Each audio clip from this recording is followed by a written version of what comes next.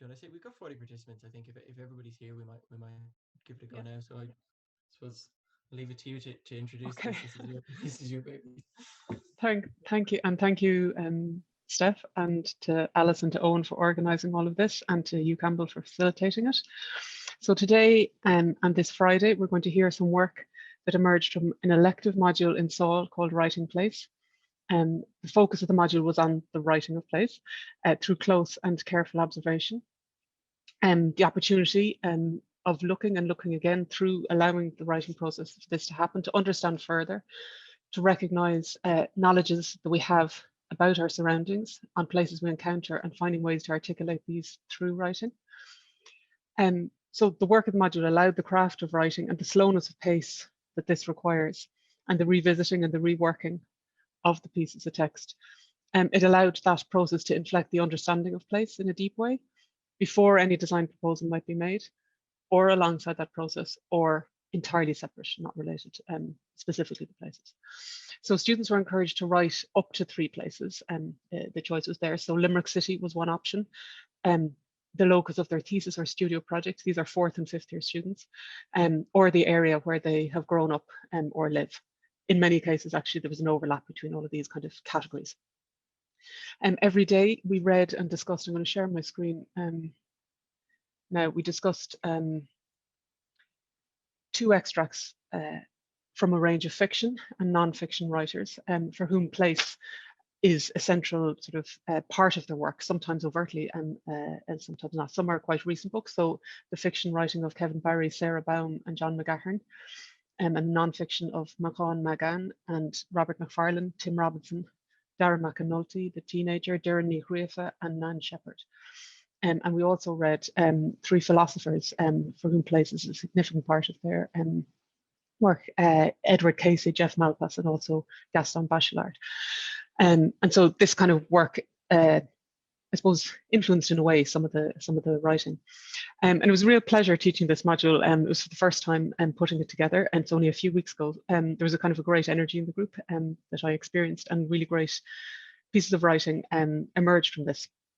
And I felt it was just a shame that I was the only person getting to read these, and felt it'd be nice to share it, which I thought we might do locally within SAUL, but it's become this wider thing. So that's really great.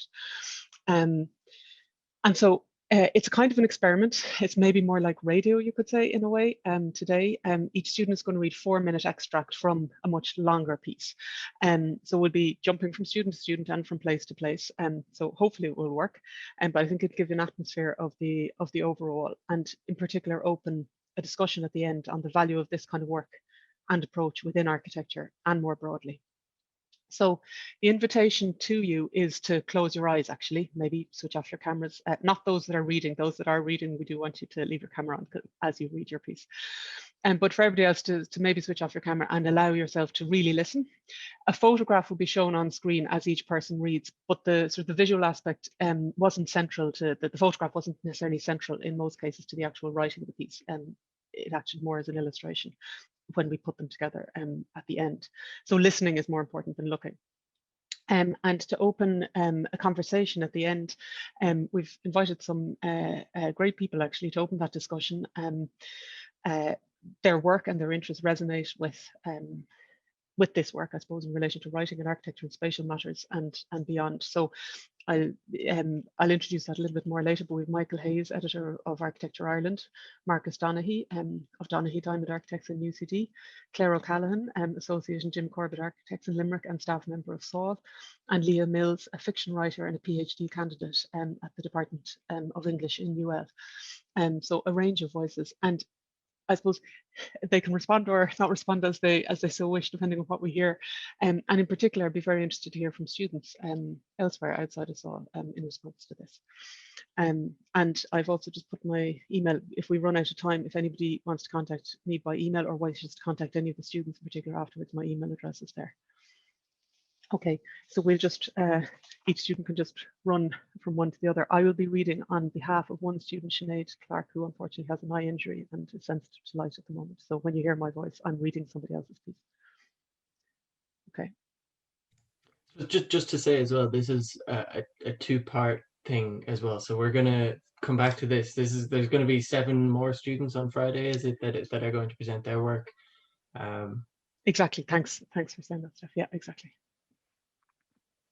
Okay, so Mia, you can take it away there. So hi, my name is Mia. I'm in 4th year in SAUL, and my piece is about kind of where I grew up in Galway, and it's based on a journey from my house through like the smaller villages and then the suburbs and into the larger city. And the extract you're going to hear is kind of from like where I live, which is quite rural, into the local village. And to start off, I included a quote by Tim Robinson because I think he describes the West really beautifully. And it is, "In my face, the Atlantic wind, bringing walls of rain, low ceilings of cloud, dazzling windows of sunshine, the endless transformation of scenes of the far West." So now let's start. Galway's climate is notoriously damp. The rain affects all aspects within the rural environment. It makes you think that Tehillir Connacht isn't all that dramatic of a term when used when describing the West. Everywhere you walk, you can feel the squelch of the oversaturated soil, useless for growing anything other than grass in which to graze animals. This is why all you'd ever see in a field is either cows or sheep, other than that one house up the road that keeps alpacas, which tend to be a talking point of all the neighbours, who are notorious for knowing everyone's business. Everything around here appears to be almost organic in the way it comes to fruit. Stone walls along uneven roads show the effects of time. Decades of brutal storms, torrential rain, and powerful gusts take their toll on the stacks of limestone boulders. Flowers blossom from between the gaps between the boulders, and brambles from behind the wall begin to creep past their threshold to grow higher by the year. Brambles that are beginning to produce their supply of blackberries, ones that will no doubt be present in every local kitchen in a few weeks, being turned into jams and tarts until no one can bear to look at them until this time next year, when the cycle repeats. Along these walls lie openings into rolling fields that surround every home. Boulders lie around these entrances, knocked by impatient children scrambling to chase their dogs, cats and foxes, or even hedgehogs. The local GA colours of green and yellow are strewn along the thorns, hints of a struggle between nature and an impatient child. Unfazed by these barriers, we rush into these open spaces as children, often losing shoes or socks to the grip of the waterlogged soil. Grass so long we can't see our feet, obstacles of hay bales laid out around the fields, almost as if they were left just for us to climb. The smell of freshly cut grass or sprayed manure reducing those with hay fever to tears, triggering an end to the play date by rushing in search of refuge from the assault of pollen. These fields appeared never ending as a child, less so now. Fields have a habit of dominating the countryside. Aerial photographs of country houses circulated in the late 2000s give the impression of a deep sea of green and brown with little slate-covered boats floating among the currents. Each of these oceans are occupied by all different forms of landstock, like the one across the road where the horses graze, or even the one behind where the cattle make their formal introduction during mating season, only to be disturbed by the constant arguing of the swans while they dip in and out of the rivers that cut through the land. Streams run through these fields, although sometimes it's difficult to determine what is soil and what is river. Autumn and winter months tend to bring the majority of rainfall. Riverbanks disintegrate into the passing streams like they never stood a chance. This winter rainfall casts a sepia glaze to these landscapes. Houses become coated in rain, giving them an almost grey tint. Roads crumble under the constant onslaught of the western weather. Potholes appear along these winding roads, nipping at car tires as they manoeuvre the twists and turns of rural roads. Gravel spits at cars as they speed past, scratching their paintwork. These holes fill with brown tinted rainwater, a delicacy for all dogs straying from their home. Thank you.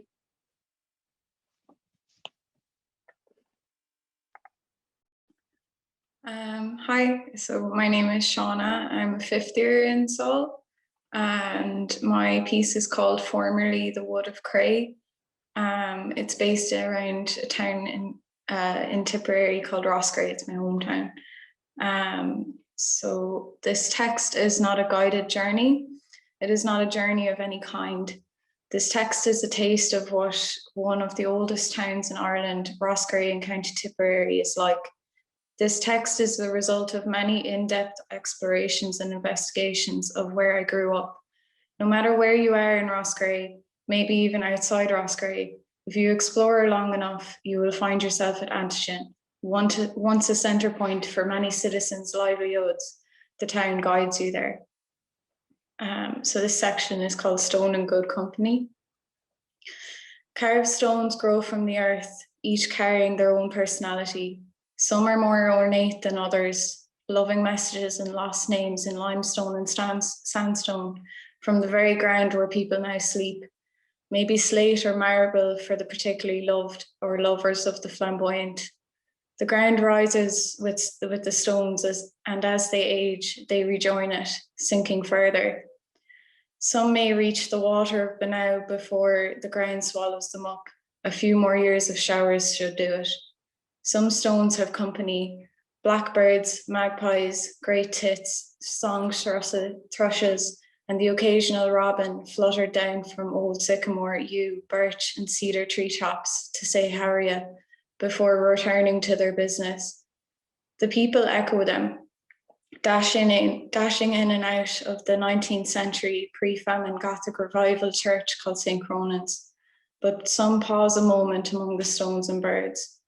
The peaceful rush of lives mirrors the water below, flowing between the town and church, also differentiating the stones on the north and south side.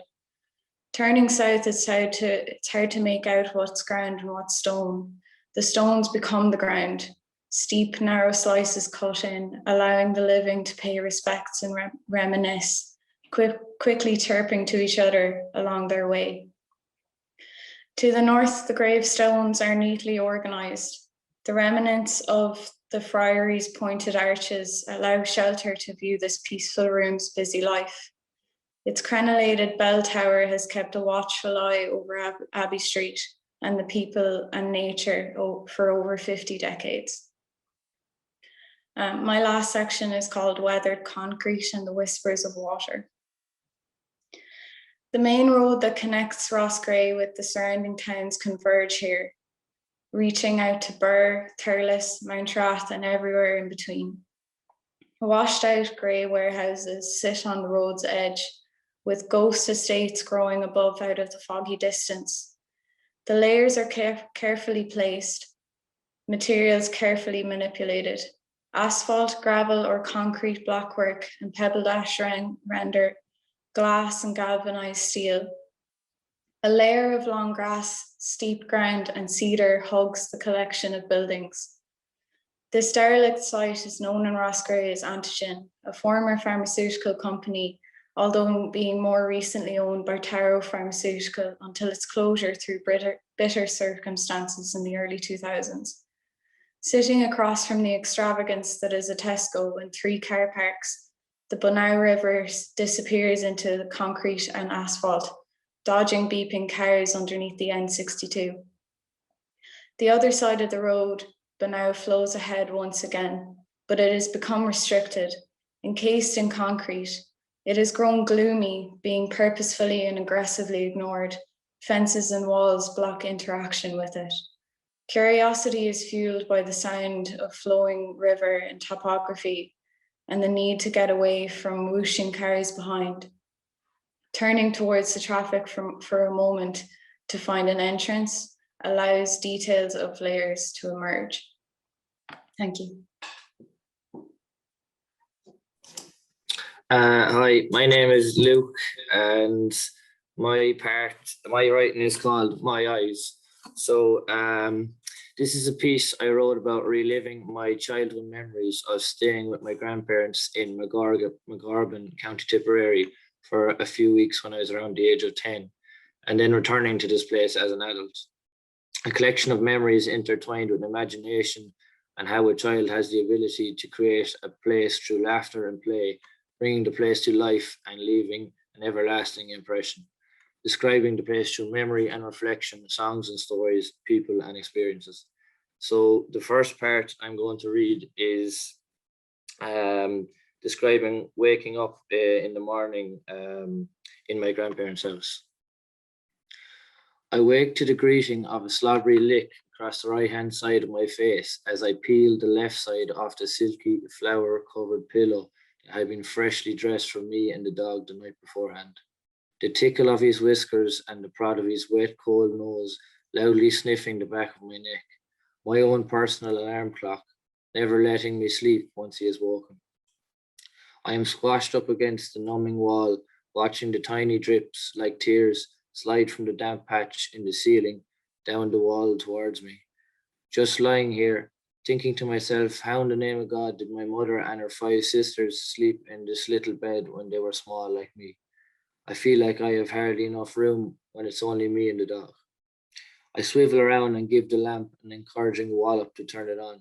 Quick, flickering flashes spurt from the bulb and eventually light up my bedside, squinting my eyes to the sharpness of the warm light that fills the cold room, reluctant to jump out of bed, afraid to feel the cold timber floor beneath.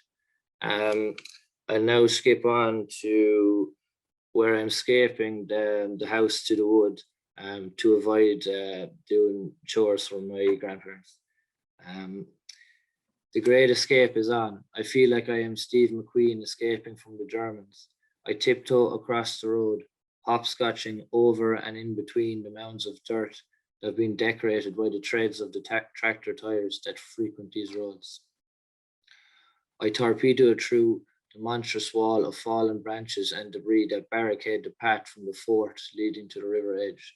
The anticipation of reaching the water must be halted as I switch on my super strength to demolish the obstacles ahead using Herculean techniques. The hurdles have been planted by the scheming fairies and leprechauns that lived under the mushrooms. Nanny always warned me not to mess with them. She would say, "Be careful knocking around in those fairy forts, or you'll bring bad luck to all of us, and I'll give you a crack in the arse to go with it." I crossed the rickety-bockety bridge to the sponge island, which each step carefully calculated to avoid falling into the quicksand that gurgled below me. Bouncing on the spongy moss that led up to the tree, I climbed the wooden lats nailed to the tree to reach the treehouse that my mother and her brothers and sisters had built a long time ago. And now the last part I'll read is a section where I was reflecting back on these memories as an adult. I stare again at my reflection, waving in the moving water, but 12 years have passed. The swans have left the lake. Sponge Island does not look like what I used to imagine as a kid. It is inaccessible now as the bridge has collapsed and sunk into the swamp that surrounds the edges of the lake. The treehouse does not exist as it has decayed and fallen from the tree and sunk to the bottom of the lake. The supernatural folklore that I created, influenced by my nanny, still lives on within the memories of the wood and always come back to me whenever I am here. The indigenous connection I made with this place through imagination and play is still ever present, even though I don't have the childlike emotional capacity to connect the way I used to. The way I personified objects and gave them a personality, everyone and everything was a possible friend. I can't bring this place to life as well as I could before. My imagination is somewhat muffled and suppressed due to the rationalism and reality of growing up. This information overload can take some of the fun out of things, where I find it's hard to focus on the present matter and live in the moment without thinking about what happened yesterday and what's ahead tomorrow. Thank you.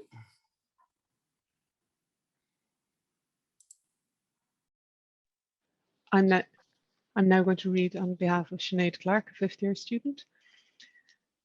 So her piece is called Intimate Connections. My emotions and attachment to the land in the west of Ireland where I grew up has inspired this collection of writings. The Ox Mountains and the Erris Peninsula are contrasting locations, both explored through human emotion and connection to place. The text explores the depth of understandings of living organisms from sand, stone, land, marine life, and humans, how they interrelate and develop a dependency for future existence, while interlaced with natural elements, is the drive behind this writing. Winding Gap. As a young child, I partied through the Windy Gap, sitting in the front seat of the car travelling to Auntie Anne. She would welcome me with an assortment of confectionery. I never felt the wind in the Windy Gap. I was always protected by the shell of the car surrounding me. Eventually, I came to understand that the Windy Gap was a winding road and nature had to mind its own business. The Winding Gap would have been a more appropriate signature. Each curve in the road brought about a new encounter. Red and blue sheep scattered the land on either side. The road offered warmth. The heat of the tarmac was the electric blanket for the lambs while mothers grazed. They claimed the road as theirs. Cars were only guests and needed to respect this. The land rose on either side, covered in a blanket of fern and moss, like a large sponge cake inviting me to take a bite. The sprinkled rock boulders were chocolate chips, adding to the celebration of the journey. As my imagination caused a drought in my mouth, the next bend in the road quenched the thirst. Bottomless loch Talt appeared through the tunnel of trees. The lake provided the drink to wash down the last crumbs. This signalled the party was over.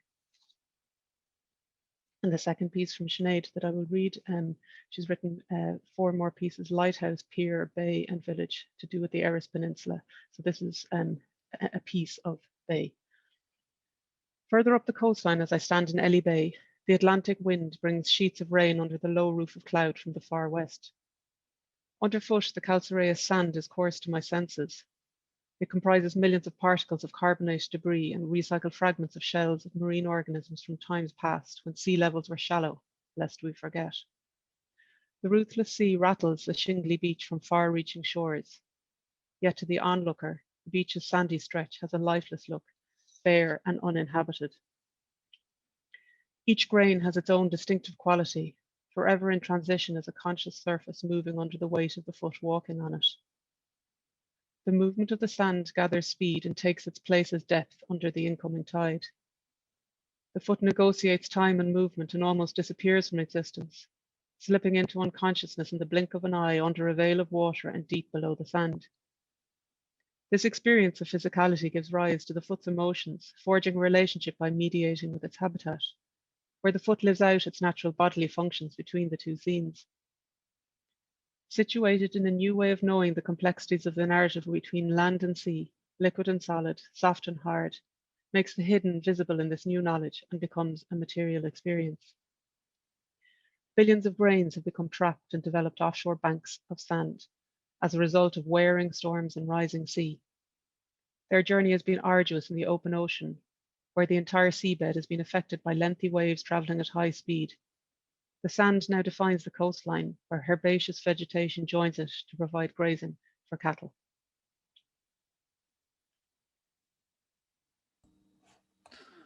Hello, my name's Jack. I'm in 4th year, and so I've wrote 3 pieces, one on sea, one on snow, and one on river. And the piece I'm reading is about a river, and it's based on a journey I took kind of on a rainy, damp day through along the river.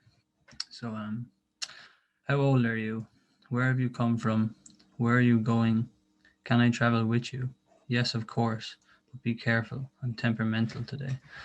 A black swing gate marks the divide between this field and the forest trail ahead.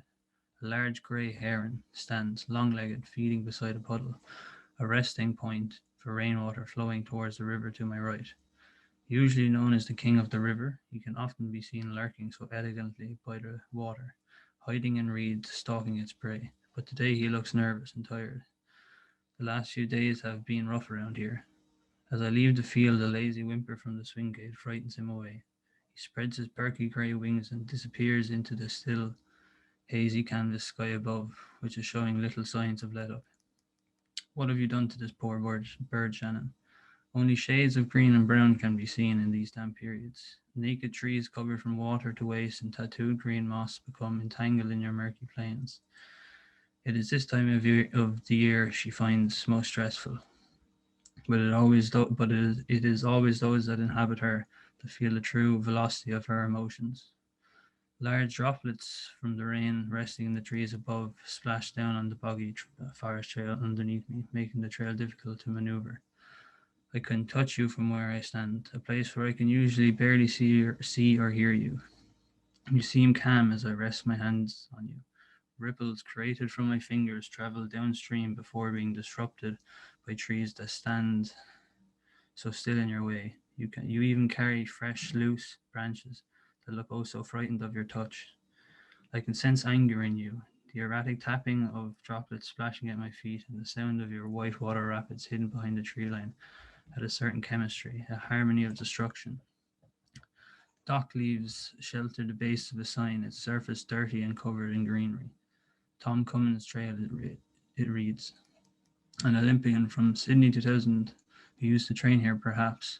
The trail used by so many every day is now under siege and now represents a new bank of this river, protecting all plant life on one side. Off-season buttercups, common grass and weeds, sorry unfortunate plants that lay on the forest floor, look tormented by the rain. Do not take the air from them too, Shannon, you have come far enough. Still you crawl beside me so gently. the faint rippled sound of bubbles from your swirling currents as you craft your way through the trees reminds me of your presence. From the plains, your personality is still unclear. Reflections of trees in your murky waters creates a mirage of confusion in my mind, but I can still hear your angry soul from beyond the tree line. I can start to see the true you. Suddenly the tree line opens and your temper changes. I can see firsthand what you're capable of. What is wrong? I ask. As I stand tall upon an old man-made wall, which marks the start of a canal, dirty brown rapids, poisoning the air in your lungs, rumbles viciously, shaking the wall I stand on. Up to this point, you have been left alone. You went where you wanted and flowed through empty fields peacefully. But here, the presence of humans disrupts your natural flow. We do not allow you freedom, and I can feel you are upset. Usually, a beach exists here where people swing and enjoy your natural qualities. Dogs can be seen expressing their love for you as they leap for your refreshing touch. Today, all that remains is a lonely yellow life ring that sits on the water's edge. What little help it would be with a temper like yours. The ground I stand on is now littered with bottle caps and rubbish, introducing new unnatural colours to the water's edge. I know this upsets you. A part of you enters the canal to the left and you begin to relax. This part of you I begin to understand. There is a sense of trust, control, and understanding between us. I enter a state of relaxation. The meandering trail ahead, protected by an organized infantry of trees, distracts me from your anger once more. 2 holly bushes on either side of me form a tunnel. Upper-class ferns and weeds lie confidently on this privileged strip of ground. Patches of blue scream through the canvas above, piercing the water in the canal to my left. I can see through you, now that the dirt inside you has come to rest. Hello, hi, my name is Dylan. I am a fourth year in SAUL, and my writings are titled A Point in Place. I write about 3 places, Limerick, where I study, Portlaoise, where I'm from, and Ennis, the location for my studio project this year. The following writings are an exploration of place through different journeys that I have taken. By delving into points and places, I grapple with the understanding of place, its impact and significance. Today, I should read a piece from my writing titled Exploration, which is about Limerick City. The centre of Limerick City, Newtown Perry, is made of grand Georgian blocks and wide straight avenues. Each block is lined with 3-storey townhouses over a basement level.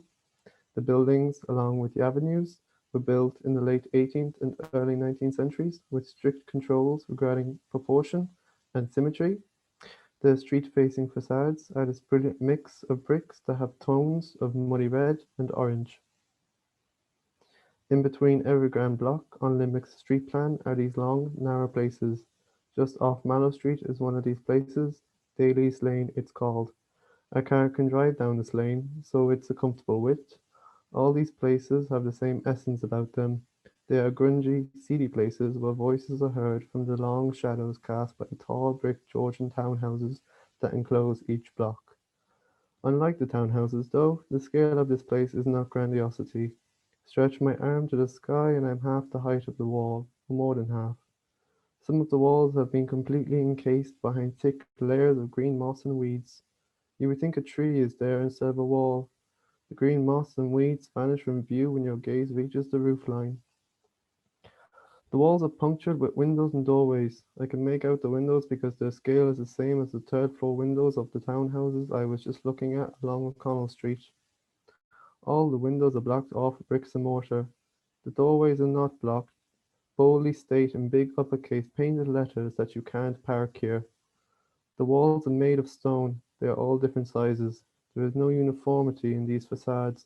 This place was never meant to serve a purpose of grandiosity like the avenues from where I started. The ground is layers of tarmac, like filo pastry. Think of a Turkish baklava. But it isn't new. The potholes swallow my feet. I'm only a size 7, but still. It's early morning, so the bins are out. There are 2 traffic cones halfway down the lane. I count 7 clean, bright blue metal cylinders along each side of Daly's Lane, starting at the entrance to Mallow Street. The cylinders come to my mid-torso in height and look immovable. I assume they do all the same job as the big bold uppercase writing. They enforce the no parking rule. Daly's Lane abruptly stops 6 houses down, and I am met with a solid stone wall.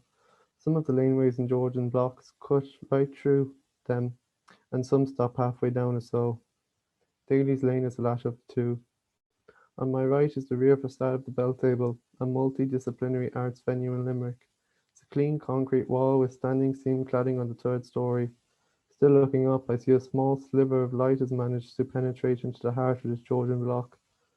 Though it is only the top half of the walls around me that basks in the sunlight. The Bell Table, every inch of the wall above the ground floor is covered in sunlight. I lower my head and turn around. It's time to leave. I head back towards the entrance on Mallow Street. I walk 9 steps and stop. The only sounds I hear are the friction between the soles of my shoes and those layers of tarmac. The setting isn't moving, only the sky above me is doing that. Everything is still and peaceful. I realize Daly's Lane and Limerick's other laneways are my favourite places to be in the city. Thank you. Hello, my name is Ashling. I'm a 5th year student at SAUL, and my piece is called Through the Rushes.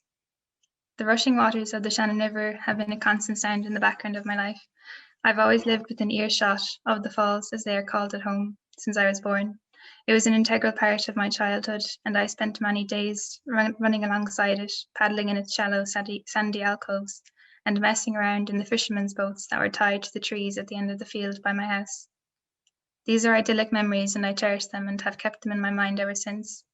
It is this that draws me to the river now as I search out her secrets. All the stories I heard as a child, fishermen's tales and superstitions, spoke of the river as if it had a personality. They described the volume of water as this mysterious woman, a goddess of rivers that was unpredictable and punished those who angered her. She gave generously but was not to be underestimated, and above all else was to be respected. Through these writings, I have described some places along the Shannon River as it nears the end of its journey from mountain to sea.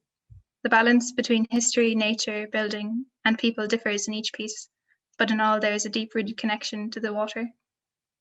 I hope by writing this it will evoke thoughts on the symbiosis of these elements of river and nature and people. I wrote of Partine Weir, the Erna Canal, Plassey Bridge, Corbally Baths, and the Limerick City, as they are all significant events in the journey of the river. I will begin this reading at the Corbally Baths. A narrow white skull strikes a silver line downstream along the centre of the river. From where I walk along the bank, concealed by the earthen green and brown of reed, bulrush and driftwood, I can see the silhouette of a single rower arching forward, oars sinking into the swell. As she is drawn into the shadow of a lunkered bridge, her arms tense, she pulls back and the boat sweeps forward, propelled by the pull and push of muscle and current. The oars beat a steady rhythm, in time with the water as it rushes forwards, thump, splash, thump, splash. Moving with the surety and intensity of a rower, the Shannon advances north to a point where it will fork and turn sharply southward.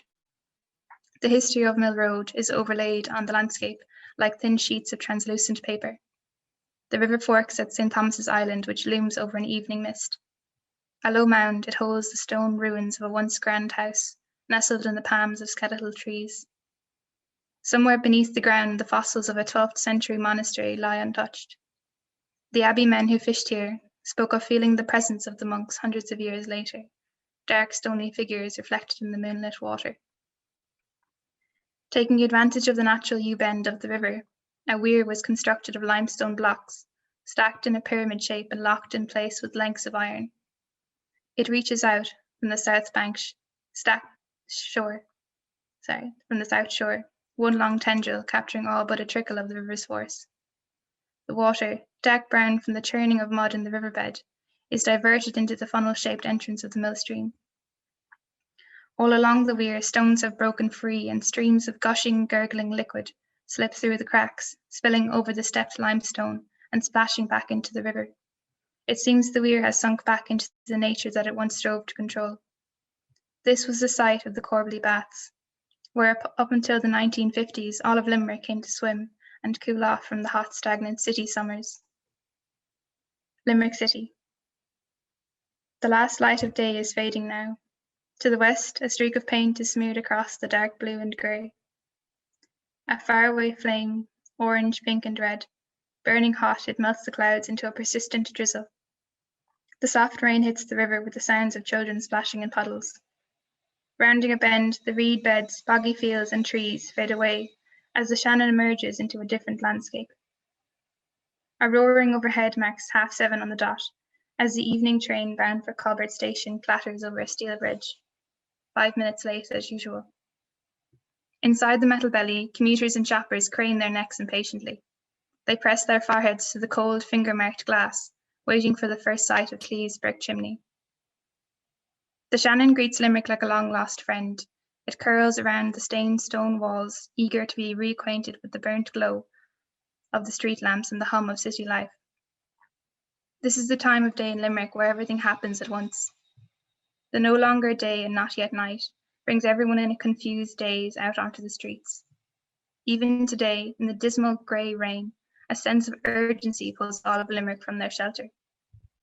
A cyclist rings her bell in warning as she weaves through the slow-moving traffic. I see a group of girls in thick-woven, ankle-length skirts exiting from the comforting glow of pennies. They screech in excitement at a sudden downpour. Clutching their brown paper bags tight to their chest, they make a break for the 304. As they pass Debenham's department store, their giggling is drowned out by a melodic voice, amplified to fill the whole of O'Connell Street. With an air of someone wise beyond his years, a young man, eyes closed, sings the first few lines of Grace by the Wolf Tones. As we gather in the chapel here in Old Kilmainham Jail, I think about these past few weeks, so will they say we failed? The words seem to permeate everything. As if the Angelus was playing, people stop what they are doing and look up. Over the sounds of exhausts and 1,000 footsteps, the words of the Wolf Tones carries all the way to Upper O'Connell Street and down to the civil servants clocking out of Sarsfield House. Halfway down William Street, a man wrapped in a warm but tattered coat is curled up in the doorway of a closed-down shoe shop. He closes his eyes, willing the world away, and pulls the beanie more snugly over his ears. The sounds of the city merge together. Music, people, doors slamming, cars rumbling, gulls, bicycles, a church bell. They rise up together as one, a grand crescendo. And for a moment, Limerick forgets its river. But the Shannon is still here. I cross O'Connell and then Henry Street following the sloping ground. I emerge out onto the wide expanse of water and look across. My mirror image on the opposite shore. A man stops and leans against the white metal railing.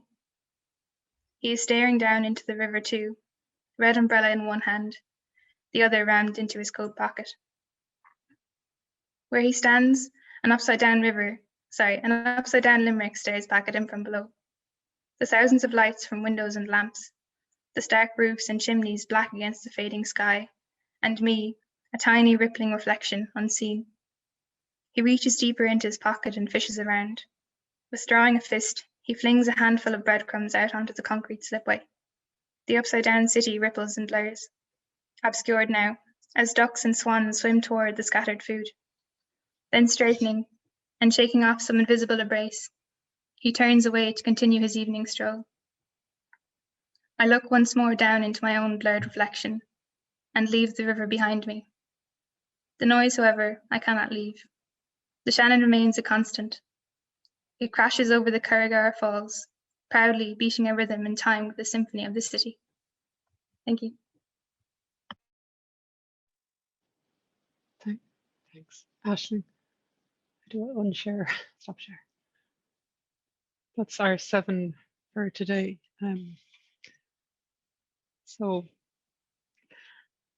how that works, thank you all for doing your reading.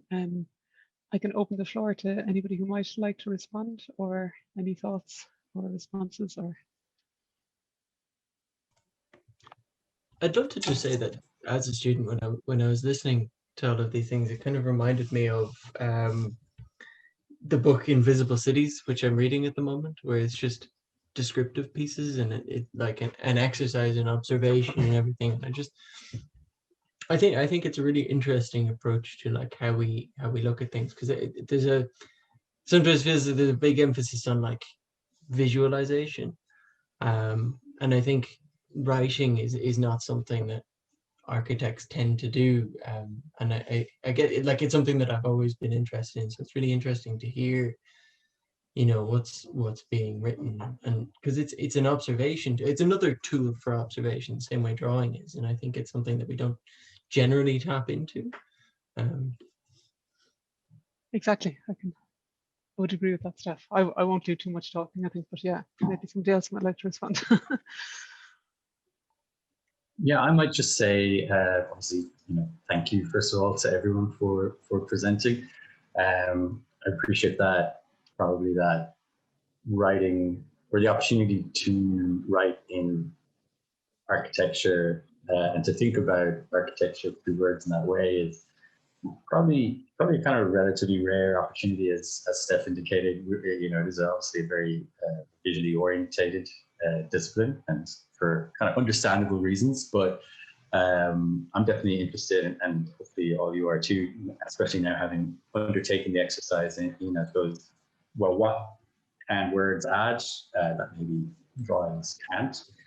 I was interested, for instance, just overall how maybe we see maybe a tendency to adopt the first person perspective. And I don't know if that's something to do with the brief a little bit, maybe. And, you know, I'm thinking in terms of the place specific nature of it, you know, kind of, so we're not, you know, being asked necessarily to talk maybe about the space in the abstract, but obviously when we talk about place, it does become more personalized, and so we maybe tend towards the first person in that case. But obviously, you know, writing in that sense, then that's potentially one of its strengths. You know, there's a lot of things, aspects such as, you know, the way we might use metaphor and simile. We might try and capture the actions of people, the connections between, you know, different points in time, just even sense of kind of color, memory.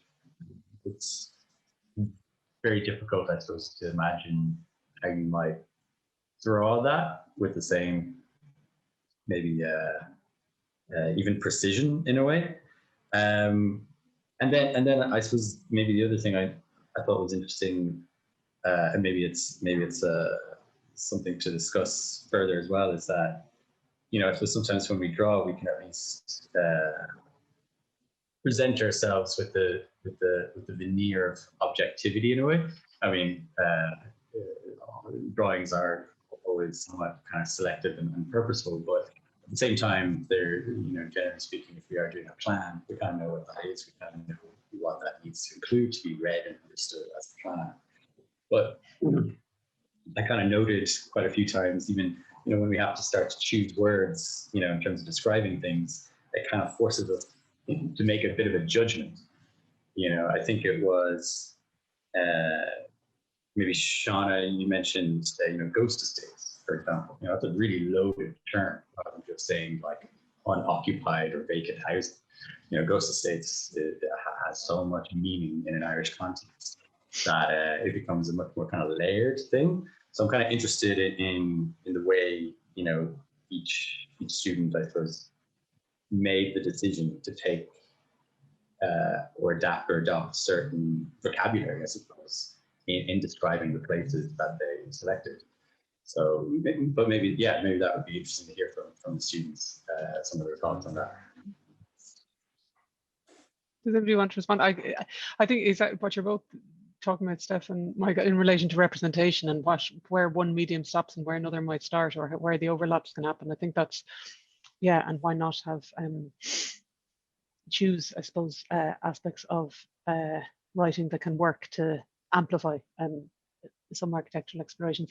It's a really interesting point that you bring up about the first person, Michael, and probably Jeff Malpass, one of the philosophers we read, interweaves that there's no sense of self without place, and there's no sense of place without self. Let's say that's an oversimplification, but and probably most of the texts that we're reading are all first-person voices, actually. So I don't think I, let's say, explicitly stated right in the first person, but it happened, and that would have been somehow the intention, I think, actually. One's body encountering and observing, I suppose, through the physical body and through the eyes and through, yeah, Sorry, I'll stop. Anybody else maybe?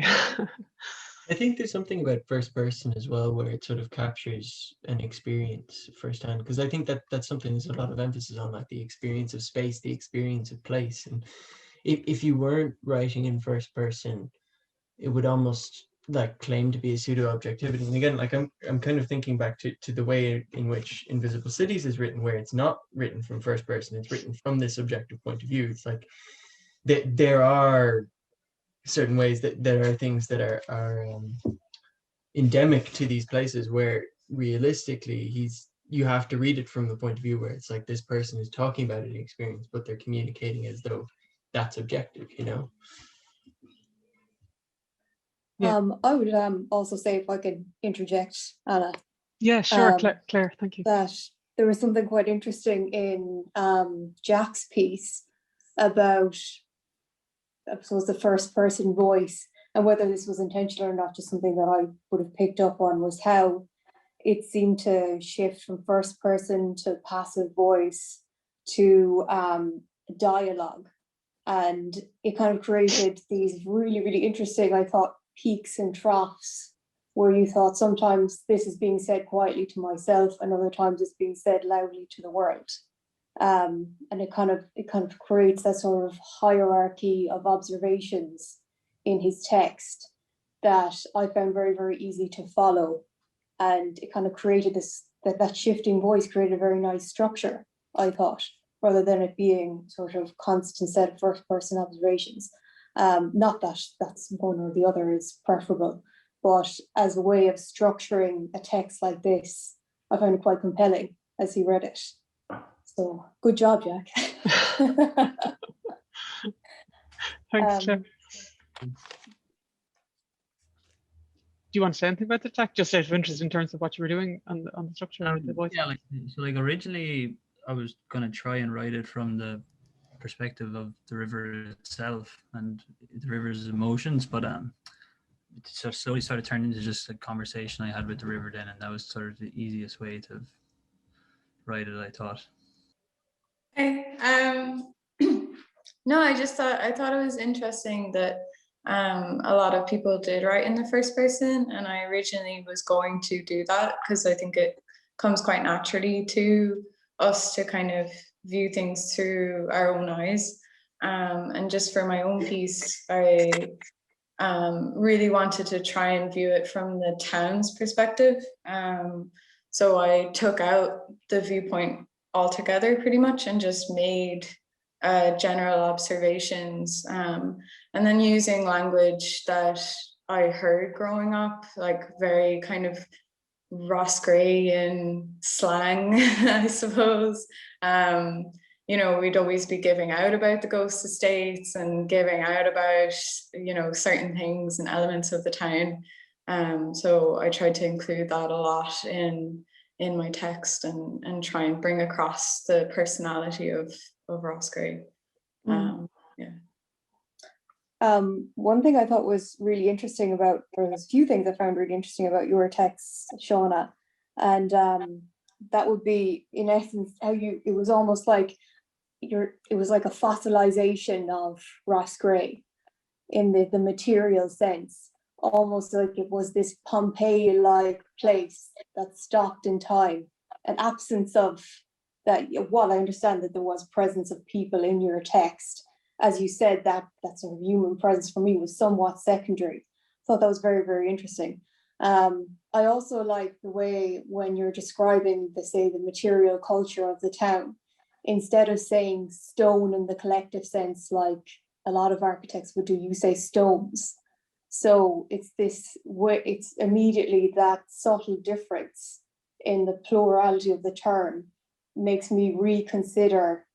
It's not just a stone as a surface, it's a piece and a fragment that's formed. It's and as a result, I read the place differently. So those are, for me, the standout parts of your, and how as well, the natural elements like the birds, you know, how we seem to humans seem to ape the birds rather than birds ape the humans. So you're creating, again, this interesting shift away in that sense of otherness of something else looking, that some alternative oculus into a place that isn't necessarily through the human eye. And I really like that. Thank you. You're welcome. I'm glad that came across.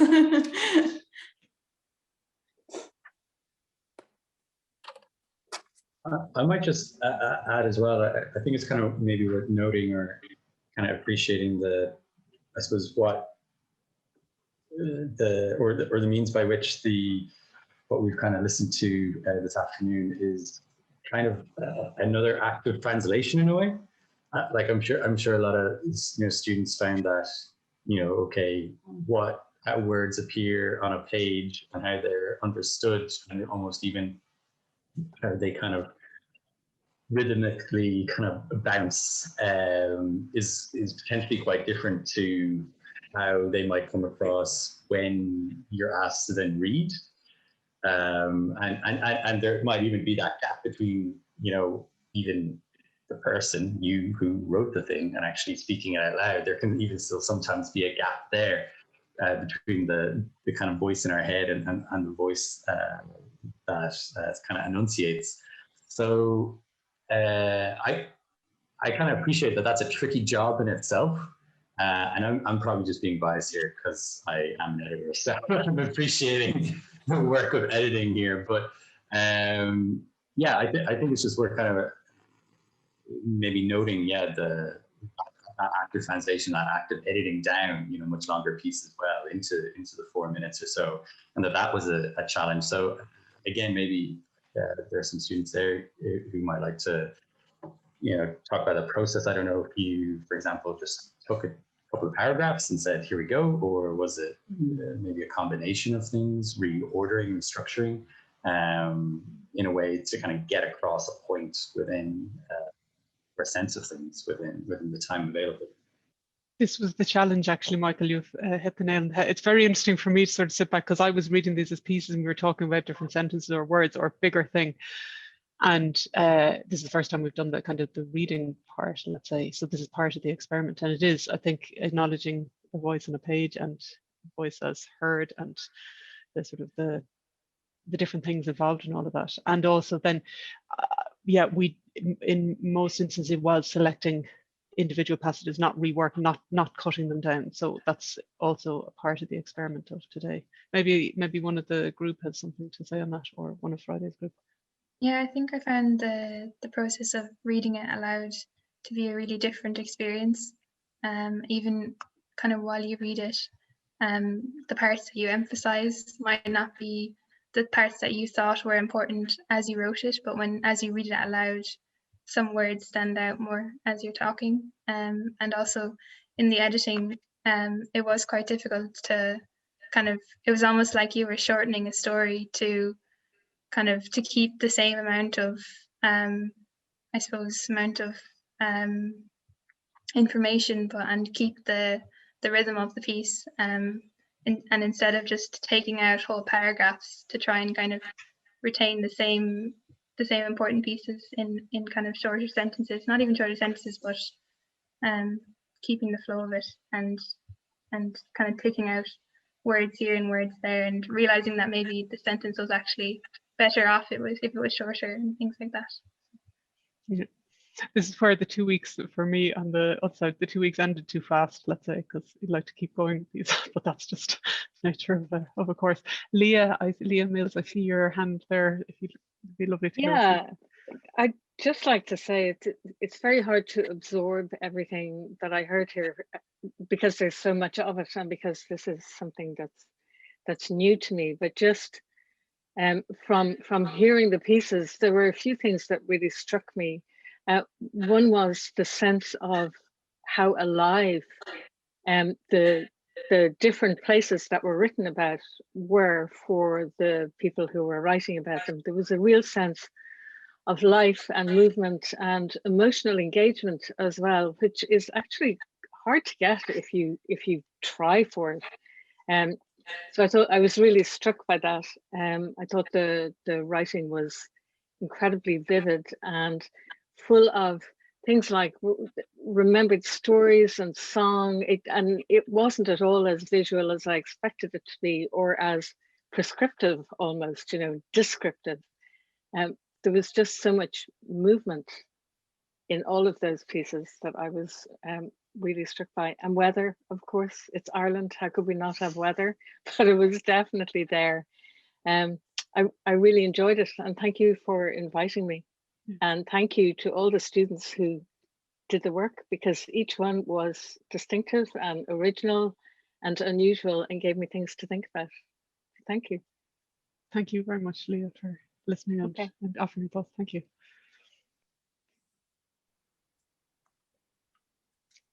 Is everybody all right? Does everybody want to say anything? Marcus, yeah. No, I don't. Well, what I think is really interesting in all of the pieces, that actually, whilst it's writing about place, you're all writing that in kind of relative terms. So there's a sense of transport in all of them, of like, even like I could talk about all of them, but even particularly the thing of Ross Cray, and you're talking about stones, and you're thinking about stones in any place, and then you start talking about the stones ground up in the tarmac, in the sort of arrested world of Antigen and so on, and the sort of road to other Midland towns, and in a way, so I guess what's really interesting about writing about place is that it can be both first person, but you're situating things relative to a lot of other things which are unseen in a way, like with the river, all of these things. So there's a kind of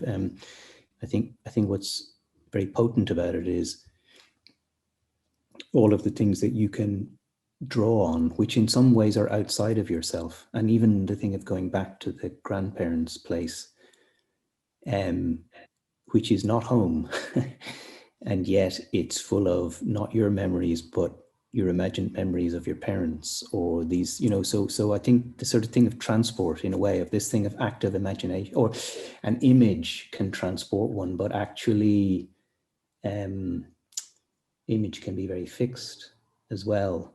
And then this, but the sort of, but then, yeah, so the thing of imagining and reimagining and remembering, and time in relation to place, I think is fascinating in all. And I suppose what I think is interesting about that is that it helps us, I think, or is useful to us as architects, to shake us out of the fixity of an image-based reading of things. So you think in synesthetic ways, but things about echo and so on, all of those things in place. So I think it's really potent, actually, and I hope it helps you all to think about any place as well, to some degree,